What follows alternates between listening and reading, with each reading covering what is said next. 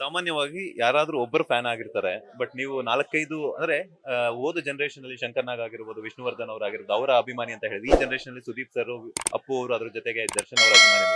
ದರ್ಶನ್ ಮತ್ತೆ ಸುದೀಪ್ ಅವರ ಸ್ನೇಹದ ಬಗ್ಗೆ ಏನಾದ್ರು ಹೇಳೋದ?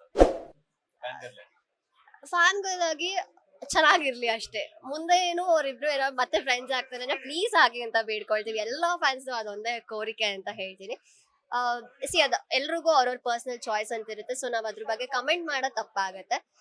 ಬಟ್ ಅವ್ರ ಜೊತೆ ಇದ್ರೆ ನಮಗ್ ತುಂಬಾನೇ ಖುಷಿ. ಹಾಗೆ ಏನಕ್ಕೆ ನಾನು ಅಂದ್ರೆ ಅವರೆಲ್ಲ ಸೇರ್ ನಮ್ ಕನ್ನಡ ಇಂಡಸ್ಟ್ರಿ ಒಬ್ರಿ ಲೈಕ್ ಇವ್ರಿಲ್ಲ ಆತರ ಬಿಟ್ಕೊಡಕ್ ಆಗೋದಿಲ್ಲ. ಅವರೆಲ್ಲ ಸೇರಿ ಒಂದ್ ನಮ್ ಕನ್ನಡ ಇಂಡಸ್ಟ್ರಿನ ಬೆಳ್ಸಿರೋದು.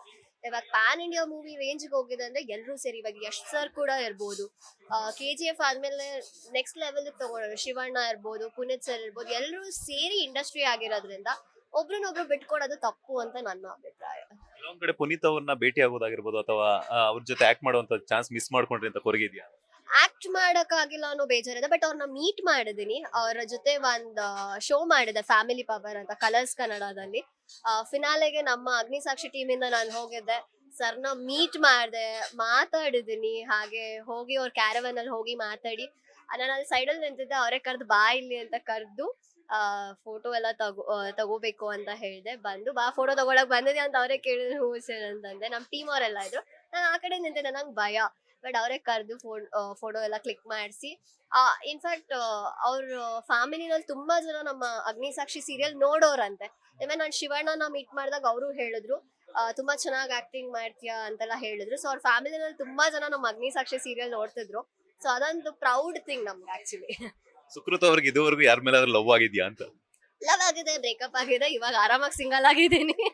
ಸವಾಸನೆ ಬೇಡ ಅಂತ. ಲವ್ ಆಗೋದು, ಬ್ರೇಕಪ್ ಆಗೋದು ಅವರವರ ಕಾಮನ್, ಇತ್ತೀಚೆಗಂತೂ ಕಾಮನ್ ಆಗ್ಬಿಟ್ಟಿದೆ. ಯಾವ ತರ ಹುಡುಗ ಬೇಕು ಅಂತ? ನನಗೆ ಲಾಯಲ್ ಆಗಿರೋ ಹುಡುಗ ಬೇಕು. ಲುಕ್ಸ್ ಎಲ್ಲ ನಂಗೆ ಅಷ್ಟು ಮ್ಯಾಟರ್ ಆಗಲ್ಲ. ಬಿಕಾಸ್ ನಂಗನ್ಸುತ್ತೆ ಇವತ್ ಲುಕ್ಸ್ ಇರುತ್ತೆ, ನಾಳೆ ಹೋಗುತ್ತೆ ಅದು. ಸೊ ಏನು ಮಾಡಕ್ ಆಗಲ್ಲ. ಲುಕ್ಸ್ ಇರ್ಬೋದು, ಮನಿ ಇರ್ಬೋದು, ಮೆಟೀರಿಯಲ್ಸ್ಟಿಕ್ ಥಿಂಗ್ ನನ್ಗೆ ಅಷ್ಟು ನಾನು ಅದಕ್ಕೆ ವ್ಯಾಲ್ಯೂ ಕೊಡಲ್ಲ.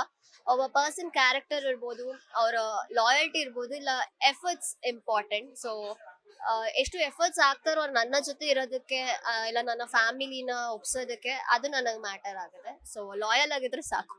ಬ್ರೇಕಪ್ ಆಯ್ತು, ಯಾಕಾಯ್ತು ಅಂತ ಹೇಳ್ಬಿಟ್ಟು ಏನಾದ್ರು ಶೇರ್ ಮಾಡೋದಾದ್ರೆ, ಇಷ್ಟ ಇದ್ರೆ ಶೇರ್ ಮಾಡ್ಬೋದು. ಏನಿಲ್ಲ, ಅದೇ ಮಿಸ್ಅಂಡರ್ಸ್ಟ್ಯಾಂಡಿಂಗ್, ಕಮ್ಯುನಿಕೇಶನ್ ಗ್ಯಾಪ್, ಆಮೇಲೆ ಒಂದು ಪಾಯಿಂಟ್ ಆಫ್ ಟೈಮ್ ಹೋಗ್ತಾ ಹೋಗ್ತಾ ಟೇಕನ್ ಫಾರ್ ಗ್ರಾಂಟೆಡ್ ಅನ್ನೋದು ಬಂದ್ಬಿಡುತ್ತಲ್ಲ. ಸೊ ಅಷ್ಟೇ, ಅದೇನ್ ಮೇಜರ್ ರೀಸನ್ಸ್ ಇಲ್ಲ. ನೆಕ್ಸ್ಟ್ ಯಾರ ಜೊತೆ ಸ್ಕ್ರೀನ್ ಶೇರ್ ಮಾಡ್ಕೋಬೇಕು ಅಂತ ಇದೀರಾ?